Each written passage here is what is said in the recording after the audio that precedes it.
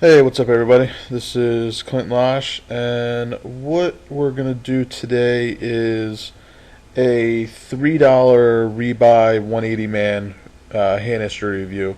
This is a review of one of the students that I'm coaching. You'll see him here. I renamed him here as 180 man hero to protect the innocent or guilty, however you want to look at it. Just a little background on him, though. I've been working with him for about a month or so, maybe 2 months. Um, Came to me. It was just a losing player in these 180s. We started with the $2.50 180 mans. He's really been doing well with these games over the past month. Graph is going in the right direction.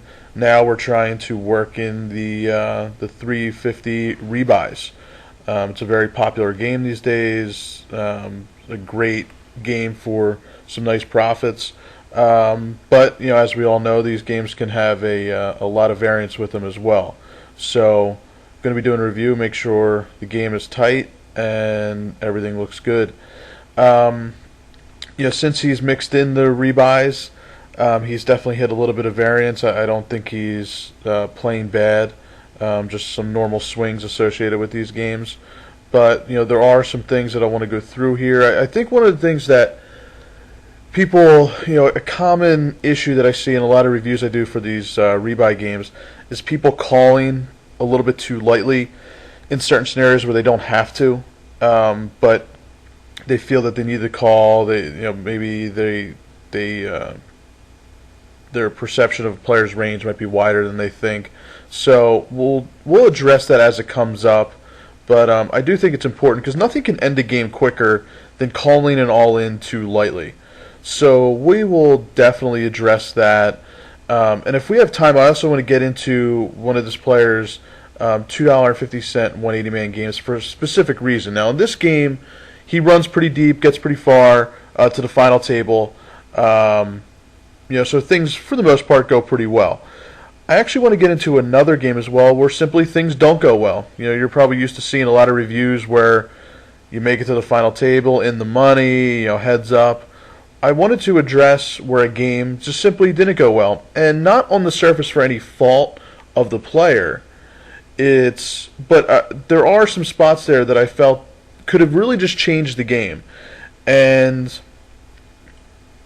like I said, if we'll have time, we'll get into that in this one. Otherwise, I'll make it another video specifically on games that just simply didn't go well, and maybe how we could have changed those games. But back to this rebuy, why don't we jump into it and let's see what comes up. And if you've seen my other videos, especially the Sit and Go series that I did, you will see that, I talk about in these videos that the first thing I want to do is look to my left, see who the regs are, who we're going to be able to raise through, and who's going to be defending. So, I've got a couple hundred hands on the Slaker one. I'm not, he's got regish stats, 1310.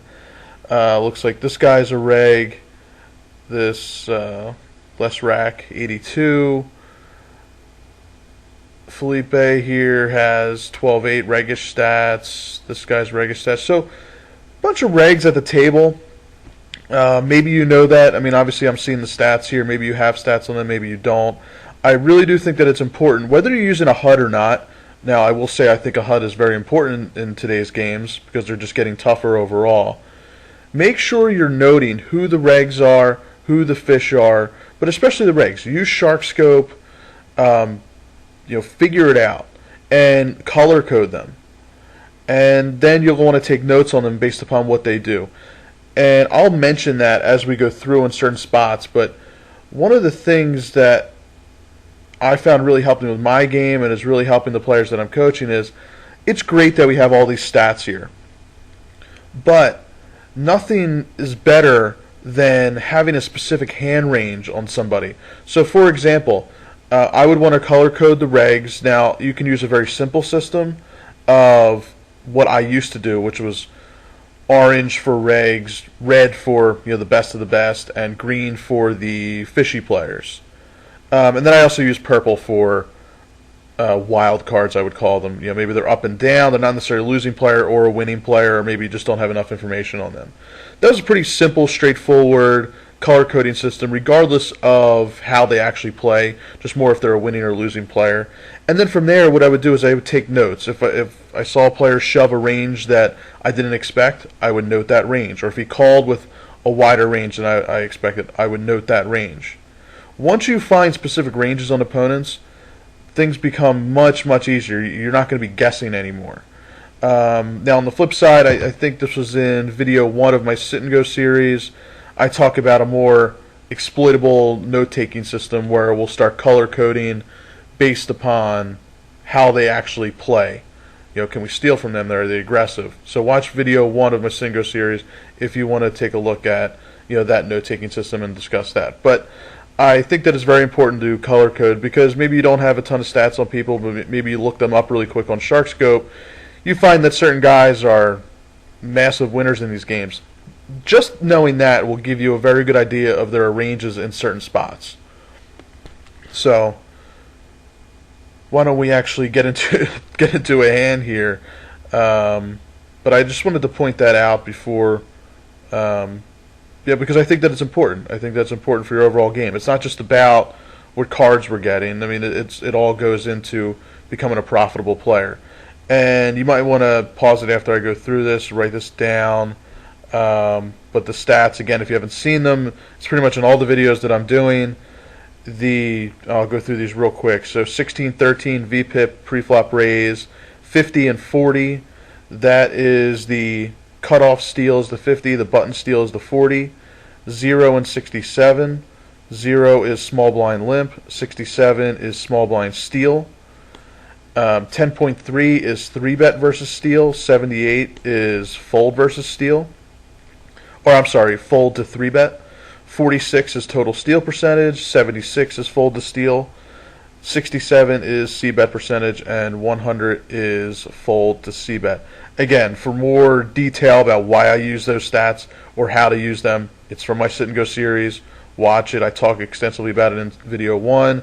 And the following videos talk about how to use it to exploit. So if you haven't seen those yet, I recommend watching them before actually watching my other videos because I might make plays that you might seem kind of wacky or not traditional plays, but it's all based upon using these stats and exploiting players. So let's get into it. Now, I don't see double rebuy. I hope he double rebuys by the next hand. Okay, cool.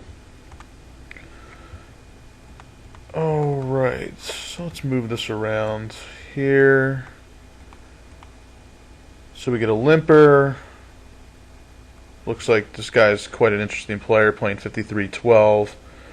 That should be a lot of fun. I mean, obviously raising it here, 60, 80. Whatever you think he'll call. One thing I don't do, especially in the early game, is balance my range versus fish. I'm pretty much going to bet whatever I think they'll call. Maybe it's 80 here, maybe it's 100, maybe it's 120. These guys are all over the place, so don't think that you have to make standard plays against them. So he raises to 60, fine. He calls, we get a pretty favorable flop here.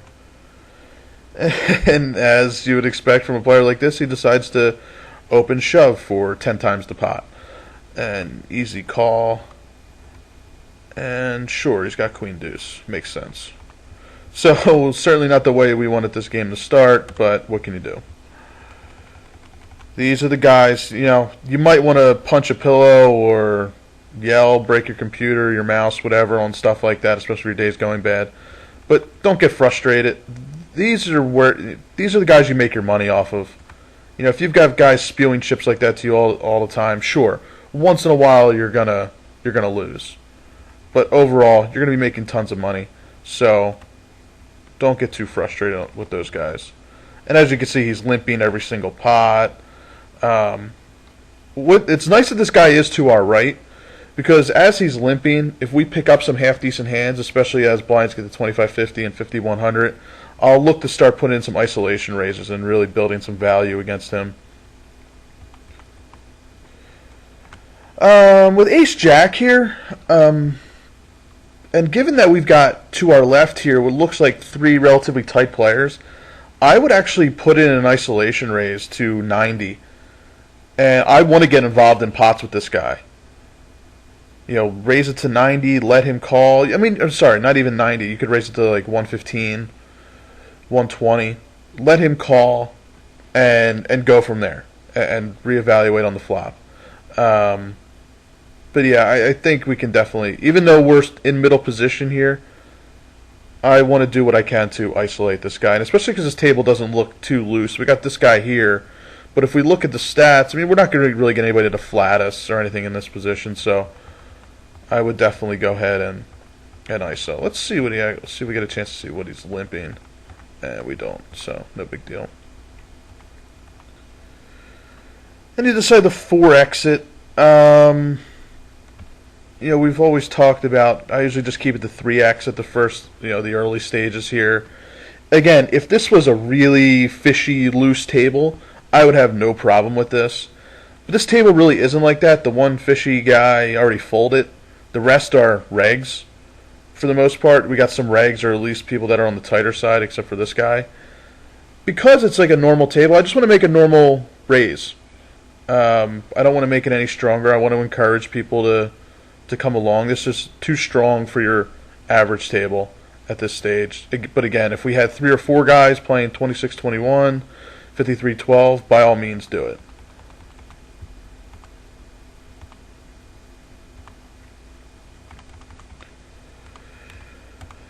The question is what to do with pocket 8s.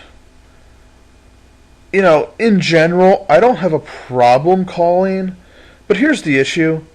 This is a reg opening up from under the gun.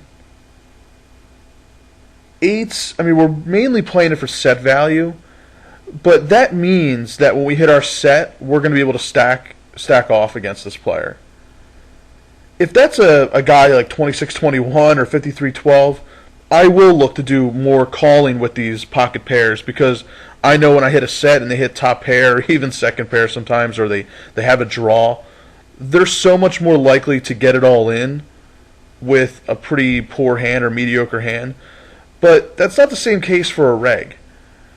They're just not going to get their chips all in the middle that easily.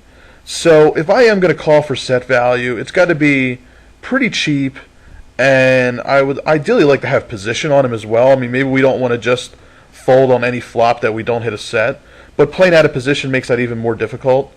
So, is calling here the worst thing in the world? No, but I also don't think there's a lot of value in it either. If we knew he was coming along, that's a better story, since it's a multi-way pot, but any c-bet here, we just got to let it go. So, just thinking in general, though, when you guys have pocket pairs and you're thinking about calling, think about who you're calling against. Don't just say, I got a pocket pair, I can call for the set value. I mean, if you're getting proper odds, sure. It's fine to do it and hit your set no matter who it's against. But in more marginal spots like this, look to do it more against players that are easily going to stack off against you,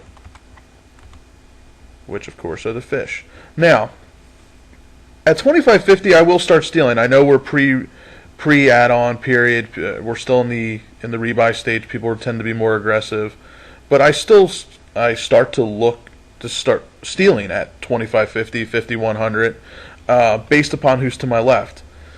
We've got regs here who aren't going to flat, and if you've seen any other videos I've done or done any coaching, I really like to abuse players who are essentially ABC regs, guys who aren't going to flat. They're just going to play 3-bet or fold. That means we can really open up our game. So open up a king queen here, pretty standard. All right, so the question here is to c-bet or not c-bet. First thing we can look at, let's take a look at this 100 is his fold to c-bet. You may not have these stats on him. I mean, I'll just point it out. He's folded to a 3-bet, folded to a c-bet 3 out of 3 times. So take it for what it's worth over 3 hands. Maybe he is just looking to hit his hand. In general, though, these are typically the boards that when I'm in position, I'm going to check back. Because I find that players will typically check raise on a board like this with a variety of different hands. It could just simply be ace high type of hands, thinking that how often do we actually hit this board when we, obviously if we don't have a pocket pair. So ace high hands might check raise. A lot of pocket pairs will check raise. Potential draws will check raise if he has a hand like 7-8. So on really dry boards that I feel tend to lend themselves to get check raised a lot, and I'm in position, I'll check it back. I will check it back. I give myself some outs. And also, if this player checks again, we can do what I call a delayed C-bet on the turn for about, and I would bet if this goes check, check here, I would probably bet about 200 on the turn. Doesn't need to be too big. He's already shown that, he's checked twice. He doesn't have a great hand. So, and if anybody's going to make a move, like with those check raises, it typically comes on the flop and not the turn. So I find that as kind of the path of least resistance. Do you have to do that every single time? Of course not. In general, though, that's usually my strategy here when deciding whether to c-bet or do a delayed c-bet. The disadvantage with this play is if we miss again on the turn and he fires out the turn, we're most likely going to have to fold. So maybe we give him some extra cards, or maybe he thinks we're weak as well. So there are some disadvantages with it, but if I think we're going to get check raised on boards like this, I tend to just check it back. So you do check, good. And a 3 comes. Doesn't really help either one of us. I will still put in a delayed c-bet here. Maybe there's some draws now, flush draws that could call us. There's some straight draws that could potentially call that we might actually get some value from. And if he calls, I would check the river. But yeah, I'm just looking to take it down here. Don't want to give him any extra outs either. And then an ace comes, and you bet out 200. I would rather do that on the turn. I don't really see the value in betting on this ace, because a pocket pair, I have to imagine, still calls you. An ace obviously calls you. All the hands you're getting to fold, you're beating already. So you're essentially turning a hand that has showdown value into a bluff. And if he calls with anything, it's not really going to be for any value. So I don't really see the value there in betting your king high. All right, so we don't get to see what he has.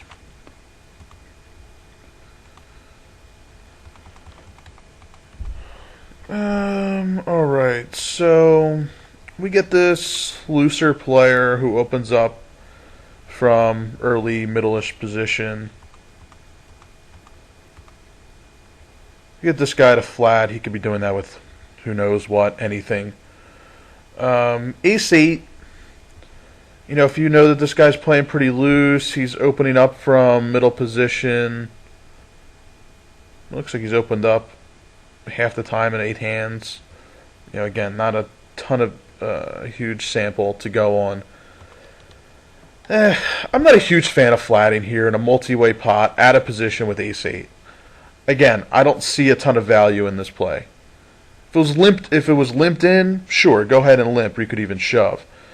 If you think that this guy is wide enough and he's opening a really wide range and you have fold equity, doing a squeeze here is feasible given the pot size. You might look at this and say, well, I have 17, 18 big blinds.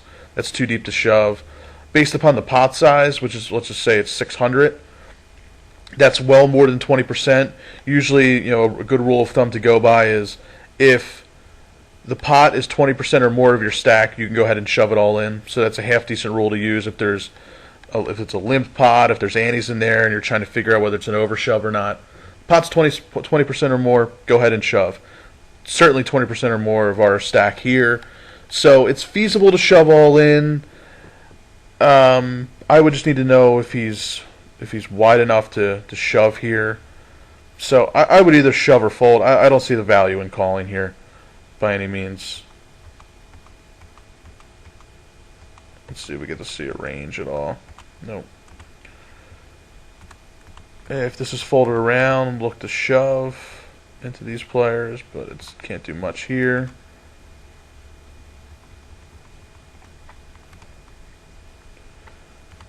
So just looking for a hand at the moment to ship it in. Blinds went up. Hopefully we'll pick up a hand here. Queens will do it. Nice. The deuce 9 here. So the question I always ask to people is, if you had king 10 or 8-9 suited, would you open here? And usually the answer is yes, I would open here. Well, why would you open? Well, because king 10 and 8-9 suited, it's a whole lot better than deuce 9. 100% agree. But when is it better than deuce 9? It's better when you're going to play post flop. So the question I pose is, are we playing post flop in this scenario? You know, I ask, what is one thing regs don't do? Regs don't flat. Tight players typically do not flat here. We know that's not what you're supposed to do. You're supposed to 3-bet or fold. And that's what most players do. These guys, 26-21, 53-12, those guys are in the blinds. Yeah, I want a hand like king 10 or 8-9 suited to play against them because it's a high likelihood we are going to play post flop. But against a reg here, and not a ton of hands, but again, regish, very, very tight stats. And you will notice that my stats on these players are changing as the game progresses. I have my stats filtered for the stack sizes. So as stack sizes change, I want to see how the stats change and how their game changes. Again, there's advantages and disadvantages with that. The advantage is for guys you have a lot of hand history on, or a lot of hands on, you're going to get a very accurate range, very accurate stats on their game as a whole as their stack sizes change. Where the disadvantage is if you've got some randoms at the table, you might be flying blind for a little bit if their stats change and you don't have any hands on them. So, but I'm more concerned about playing against the regs. The randoms we can treat as such. But against the regs, I like to know specifically how they're going to react. So this guy's playing 5-3 with this stack size. This guy's playing 16-13, but only a 2% 3-bet versus steal over a pretty large sample of hands given the opportunity. So I will go ahead and open here for 400, 440. Personally, I like to go a little bit more than a min raise. But I will open here because this guy's unlikely to 3-bet, and this guy's just extremely tight, and he's folding to a steal 91% of the time. So we're not going to play post-flop. We would do the same thing most likely with king 10 that we would do with deuce 9 or 8-9 suited. We'd raise and fold to a 3-bet. Now I will say the only difference between a hand that has a king in it is, or an ace even, is you have a blocker card. So I get it. But in general, deuce 9. Who cares what the hand is at this point? Open up any two cards here and fold to a 3-bet. Now, we're faced with a little different scenario. We've got this guy in the big blind now who's a little bit looser, a little bit higher likelihood that we're going to play post-flop. I'm not too concerned about that. I will open up still a wide range of hands that have the potential to have some equity post-flop and flop well and have some showdown value. So, is king 6, could we open that? To be honest, I really wouldn't mind it. I think there's a ton of value to just simply playing in position against loose, fishy players. If he was sitting on the button, it's a whole other story. He's got position on us. But we can't do anything there because the guy decides to 6 exit. Standard. Now, antes are involved. So we are post add-on, so we added on. We got antes involved now. Now, taking that strategy that we just spoke about of raising really wide to exploit the tightness of the players and exploit the fact that we're not going to play post-flop, it becomes pretty much twice as valuable now to be picking up these chips.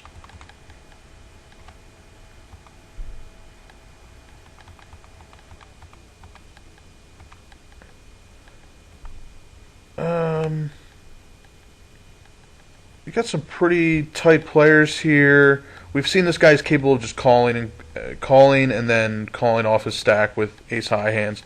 To be honest, given the size of this pot, I really don't even mind flatting here. Queen 10 could flop pretty well. I would be playing for a big hand here. They're giving us the opportunity to see, a huge pot pretty cheaply. I don't mind just flatting here and let's see what happens. If we flop something big, let's go with it. We hit a 10. I would be careful with just hitting a 10. I wouldn't get too overzealous.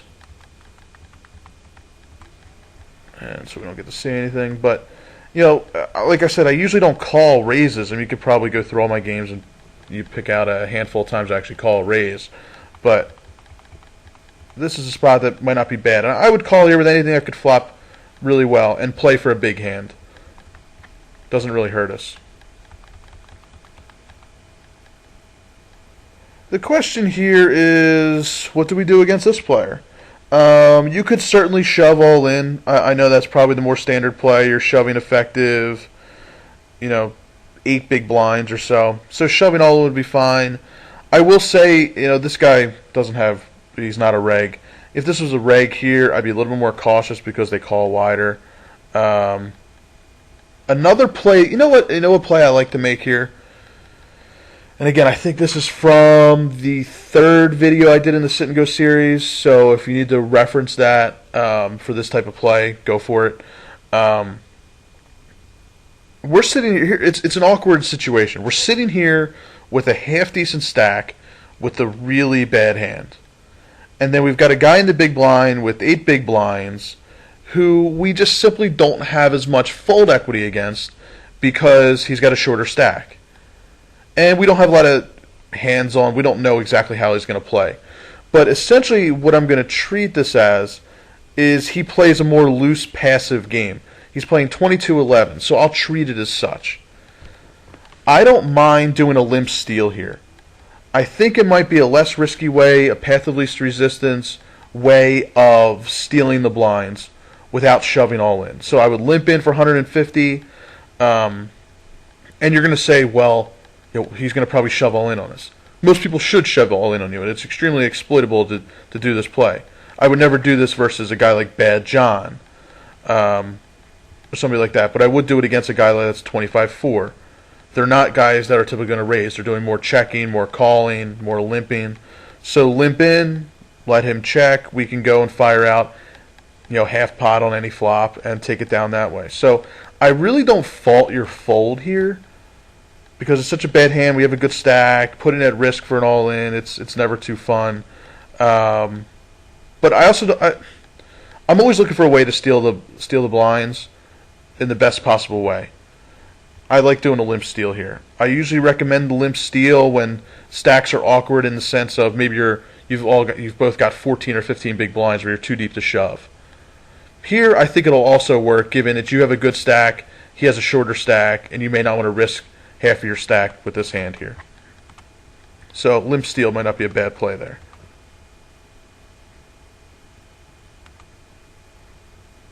I would go ahead and open here if it's folded to us, and it's not. Now, I would go ahead and open here if it's folded to us. So again, obviously we're not getting the opportunity, but I want to point out so when the opportunity does present itself. So let's look at the players to our left. We've got this one guy who's playing loose passive. Okay, that's a concern. A reg, a guy who's playing 14-10, and another reg who's playing 10-8 with this stack size. Now, the other thing to pay attention to is, are we committed to anybody? This guy's got right at 10 big blinds. This guy's got 9 big blinds. And everybody else is above 10 big blinds. So we're not committed. If we raise, we do not have to call they're all in. Just because they have 10 big blinds doesn't mean you have to raise call they're all in. Especially with King Deuce. You're crushed by their range. So, would I open here? Probably. I would probably open here. I know there's this one guy here. It's a concern. If there were 2 guys like this there, I would not open. One guy is not too big of a deal.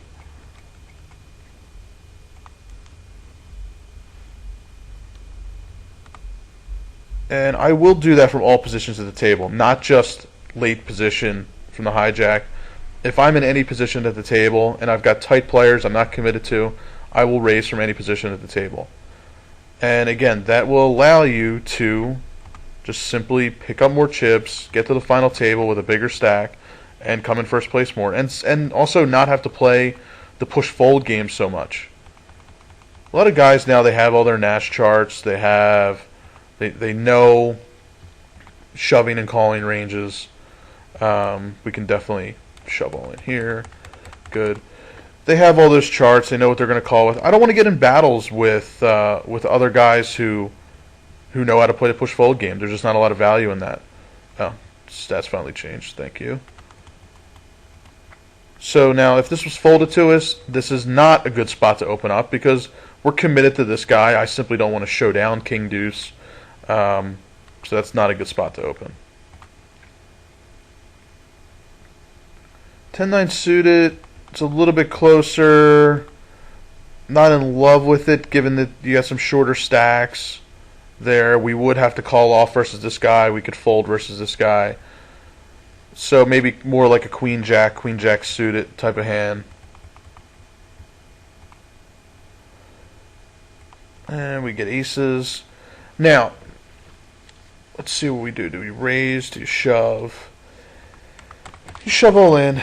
That's fine. Look, I get that min raising with this type of stack sometimes looks a little shady, a little fishy. People expect you to be inducing there.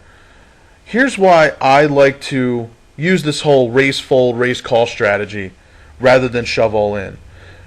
I would min raise here with a lot of different hands, given the right situations, just like I spoke about.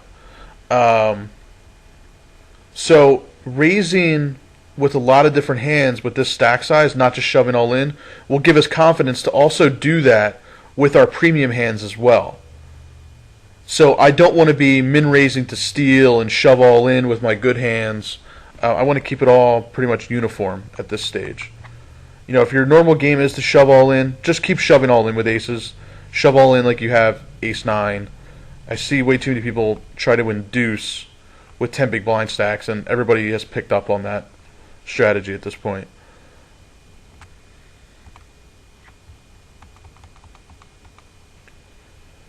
Alright, so we get a min raise here from a loose passive player. We get an all-in shove from a short stack. Given the size of this pot, we could have fold equity against him. Our range should simply be ahead of him. I would do an ISO shove here. And you do. Very good. And we get a call. Not too excited about that. And in the end, king queen. So not in love with his play there. But good shove. Good stuff.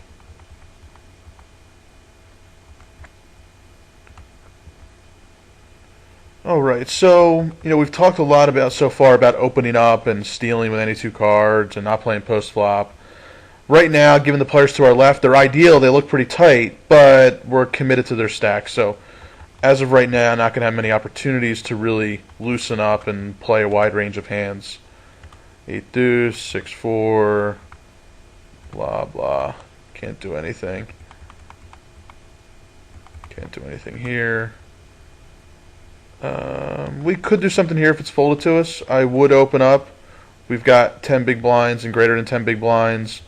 Regs, tight players. This guy is, he's got 11.6% 3-bet versus steal. That's a little bit more aggressive than your average player. So I would be a little bit careful against him. He will be inclined to 3-bet when he expects you to open wide. In that case, I will do more inducing as well and widen my value range of calling his all-in because he is more aggressive. But I'm still probably going to be opening up here if it was folded to us. Ace 10, ship it. Good. Ace deuce we can fold. Ace 10, we should just ship it in. Here, it's never too exciting. It's a plus EV play for sure, but it's never too exciting to shove through an entire table with ace 10.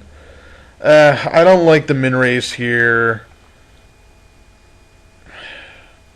It does look like a tight table. It's not that I would min raise fold here. I don't think you can do that. If you had 14,000, I would actually raise fold in this spot because I don't think any of these players are going to 3-bet an under the gun open with those stack sizes with less than ace 10. So I do agree with that, but I don't like potentially being in the spot to raise fold with the blinds about to hit us. We pretty much cripple ourselves. So just ship this all in. And it's a 7, so. And this gets folded around. We can shove, but we can't. So pretty much what you need to be saying to yourself at this point is you've got 7 big blinds. The next hand that's folded to me, I need to shove. So is it an 82 card shove? For the most part, yes. Would I still fold out the bottom part of my range? Potentially. Well, especially because we've got... Oh, sorry. I thought this guy had 3,000. He's got 33,000. Still got a big stack, and he's a reg. There are times I still will fold the absolute bottom of my range. But for the most part, what you need to be saying to yourself is, I need to pick up these chips. I need to shove the first time it's folded to me. I'd rather shove through 2 people with a really bad hand than a mediocre hand and shove through 5 or 6 people or 7. And again, you want to give yourself a shot. You need to keep yourself afloat. You can't get blinded out. We cannot let the blinds hit us again. So hopefully we do get a chance to shove, which we do there. Very good. So just picking up that pot will allow us to stay afloat for another set of blinds to come through. I mean, if we get another chance to shove, we certainly should. Ace 10. Good. Nice. So 2 pots and we get ourselves with some breathing room. And that's very common, I see, as a mistake that people make, is they don't give themselves a shot. They're just looking for a good hand, when in reality, who knows if you're going to get a good hand. But the worst thing you can do in these games is blind yourself down. You need to pick up chips. Here is an interesting spot. We have a reg here who shoves all in. This is very easily an any 2-card shove. Now, I don't know that for a fact. I'm basing that on the general population of what regs do in this spot. 10 big blind versus 10 big blind, your standard spot, your 9 or 10 big blinds, blind versus blind, shove all in. It's an 82-card shove. I know plenty of people that will call here with King 5. And I don't necessarily think that's a bad thing to do if you know they're shoving 82 cards. I usually take the slightly more conservative approach with calling. I still think we have a manageable stack. I still think we have, obviously plenty of fold equity to the guys to our left. You also need to be damn sure that he is shoving 82 cards, so that is my assumption. I just don't know. What I call with King 9, King 8, absolutely here. Queen Jack, Queen 10, those types of hands, for sure.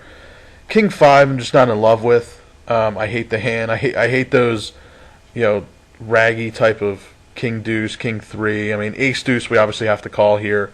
But I'm fine with getting away from this hand.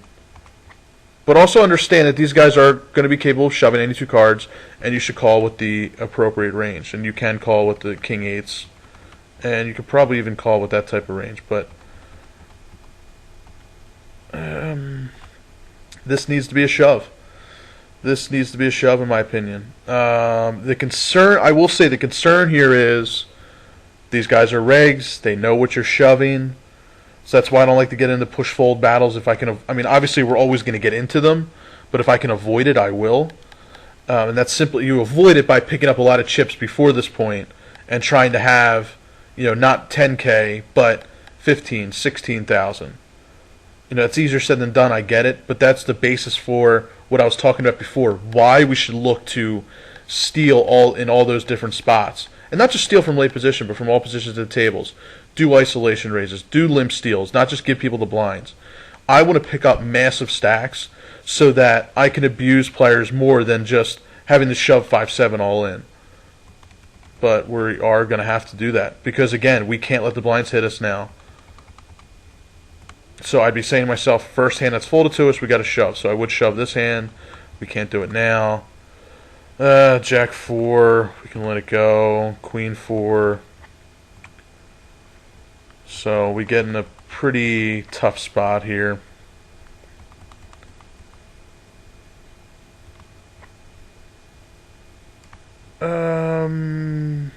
If this guy's a reg, I would be inclined to call here. And here's why I would call here with Jack 10. I may call here anyway with Jack 10. You have minimal fold equity to begin with, if at all. So at some point, you're probably going to have to shove any 2 cards anyway. And then you're going to get called most likely because, again, you have no fold equity.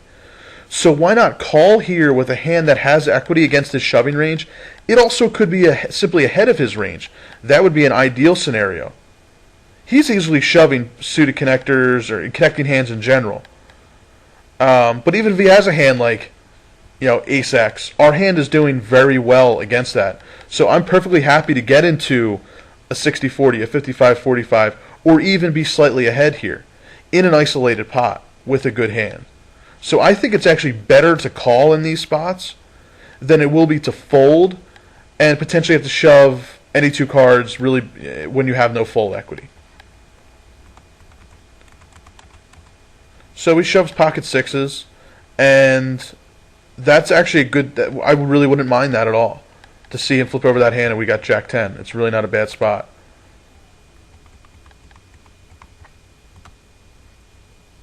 So at this point, I would be just folding that, fold it. Yeah, just fold all the. Once you get to this point, you have no more fold equity. I would probably just look for a better hand to ship in. And we pick up Ace King, easy game, very good. We still are short stacked, so we still need to. We're in a desperation zone. We need to ship it all in. We don't get a spot there. We have to shove this hand. What hands would I be shoving here? Obviously any ace. Any hands that have equity. Connecting hands. Would I fold out 7 deuce? Sure. Again, I would fold out the absolute bottom of the hand, but connecting hands. I would probably still fold like King Deuce. I just hate that hand. But obviously any ace, any hands that, again, have some half-decent equity. And we hit our 5. We get a little lucky. That's what you need to do at these games once in a while. So we've got a little bit more breathing room. But just because you're sitting okay with this stack here, things can change quickly if you let yourself get hit with too many blinds. So still look to keep up the aggression. We're still going to have to shove. Nothing there.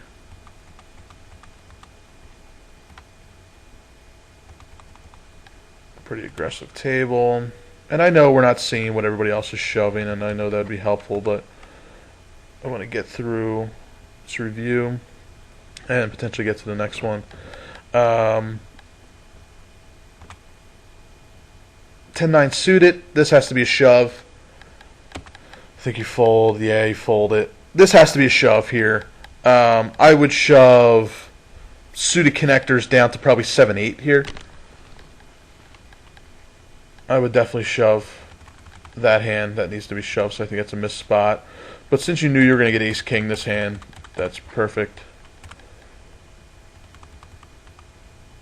Alright, so we get a 5 big blind shove from... And again, so here's what I like. We've got some hands on these guys, and now we start to see how players typically play with these stack sizes.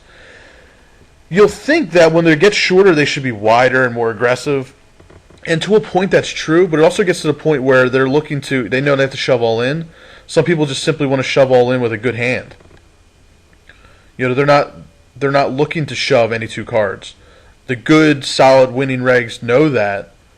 And I'm not saying these guys aren't. I have no idea what their stats are. I'm just saying we know to shove any two cards and shove really wide when we're getting shorter in certain spots. Not everybody does know that. So if I don't have specific notes on them, playing 3-2 over 604 hands, given this stack size, that is very telling information. So, and he's the same way. Now, if it just comes to us, I would absolutely be calling that. Don't get me wrong. But once he shoves all in, now I have a concern. Now you've got a guy who ships it in, and I know this first guy's wide, or he should be wide in general for shoving 5 big blinds in late position. And this guy could understand that and call with an accordion. He could call with a lot of ace-x hands.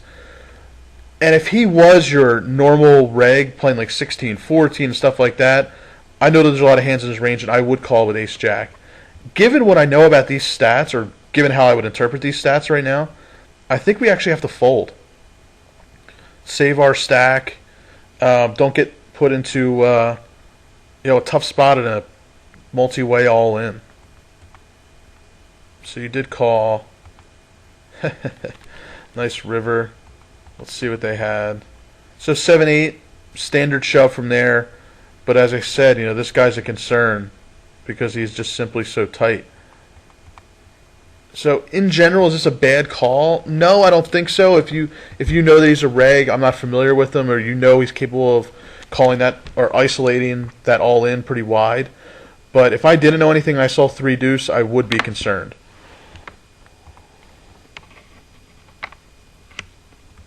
So as I said, nothing can kill a game faster than too wide of an all-in call. So just definitely be careful of that. Ace king, nice. So now we got a pretty nice stack. And hopefully in a couple hands our stats will refresh. Hold'em manager decides to be running slow today.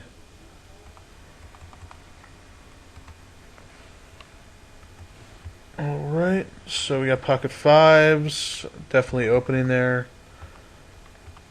PP master. Ships all in. We can definitely get rid of our hand there.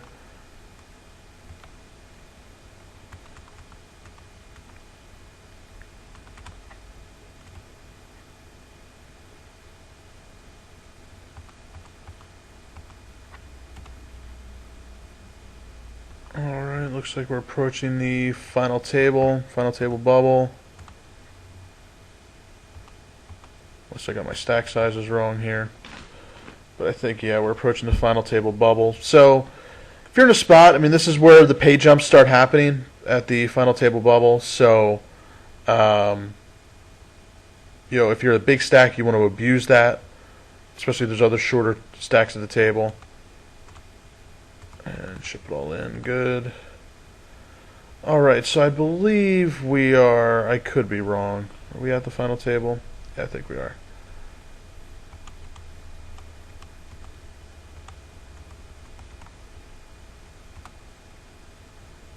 And there we go. There's our stats. So if we look to our left, it looks like we have 2 regs here. This guy's playing 16-13. 5% 3-bet versus steal. This guy's playing 17-13. 21% 3-bet versus steal. So this guy is on the very aggressive end of the of regs. So if you're opening from later position, you can, while we're not going to play post flop, you can definitely expect to get 3-bet pretty frequently from this guy. So I would look to do a lot more inducing. Don't just ship it all in with a good hand. Induce more. So we got 10s. Open, standard. Wow, that's interesting. We got a 20 big blind shove from a reg. 3-bet versus steal is 5%. What's this 3-bet versus steal overall? 8% total. 7% from the button. So he's not too aggressive. He's not too tight either. He could. I think there's a lot of other pocket pairs in his range. It's kind of nasty considering the excuse me, the stack size that we have. 20 big blinds versus 25, 26. Oh, sorry, it's like 27 big blinds. It's a tough fold. It's a tough fold. I'd be more inclined to call here.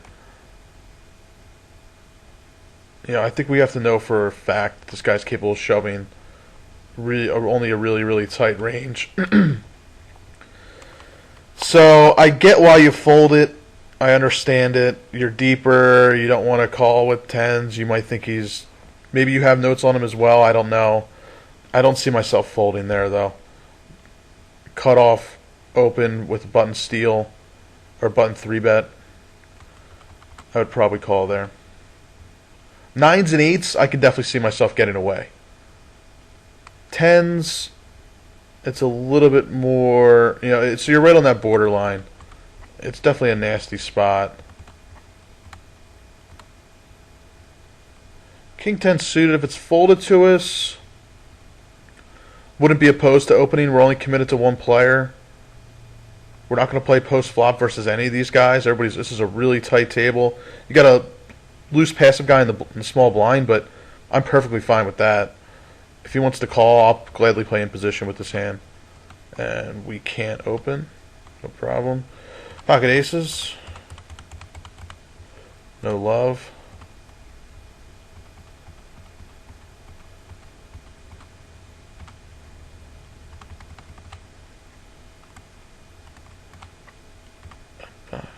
So, yeah, you have so you fold there.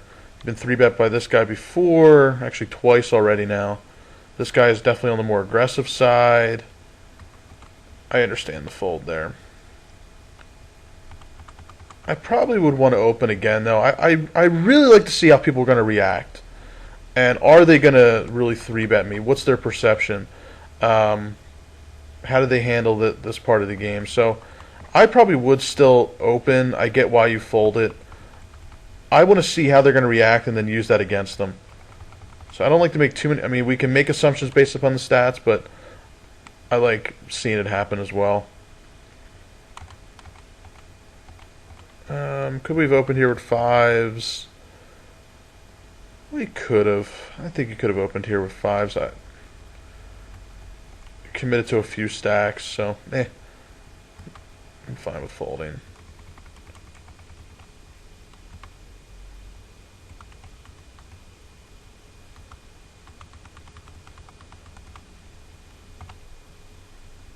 Ship this in if it's folded to us. Nope. Ship this in if it's folded to us. Can't do it again. So we're getting a little bit short stacked. Just fold there. We have no fold equity. Let's fold it around. We'll have to shove. Can't do it. I would ISO shove here. He could be shoving a wide range. I know it says 3-1, but he has to be shoving here. I would shove all in. We're getting short anyway. This can be a great spot to pick up chips. So he has ace deuce. That's why I really don't mind shoving all in there. We need to pick up the chips anyway. So it's a great spot to, with the size of the pot, the fact that he's shoving really wide. Seems like you always know when you're about to pick up ace king. Pocket nines, ship it. Oh, what happened? Min raised and a 3-bet. Ooh. Well, we have to figure, is he 3-betting wide or is he not 3-betting wide? He 3-bets about 20% from the small blind. So it says 8.7% here. That's because it's 0% in the big blind. So over 20 hands, it's been 20%. Again, we should have fold equity against him. He could be doing this with a wide range. I'm okay with shoving in there. We don't get to see his range. I probably would have shipped it all in there.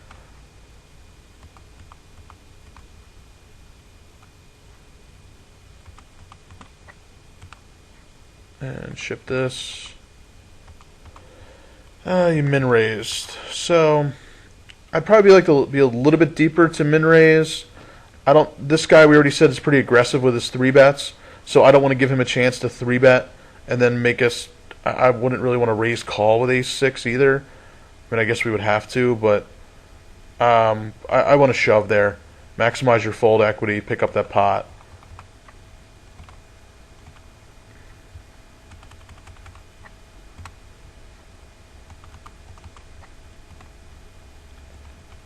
And we can definitely ship this in as a 3-bet. And that's all she wrote. So that's no problem there. So the main takeaways from this game are, in that early game, pre-ante and directly after, the add-on period, really look to pick up more chips. You see how easy it is to go from a comfortable stack to a short stack. Okay? So pick up chips by exploiting the players to your left. Look at the sit and go series. Look at all those plays you can add in about how to pick up chips. It's not just about opening wide. That's a very common thing that I discuss. I'm sure people are getting tired of hearing it. I get it. But it's very important because it obviously happens so often that the hand's folded to you and you have a bad hand, but the guys to your left are tight. Simply raise and pick up the chips. You need to pick up chips to have a huge stack to get to the final table with. You don't want to get into all-in battles with other rigs. There's not a lot of value in it. And quite simply, I'd rather steal to pick up a pot or raise to steal and pick up a pot rather than shove all in to steal. I want to risk less to win the same amount. So you can do that by picking up some extra chips along the way. So that's the main takeaway. Be careful with some of that ace jack might have been a little bit too light of an all-in call, depending on what your perception is of the players. But overall, your game has really picked up. I like it, and continue to be aggressive. So hopefully you liked that review, and that review was helpful.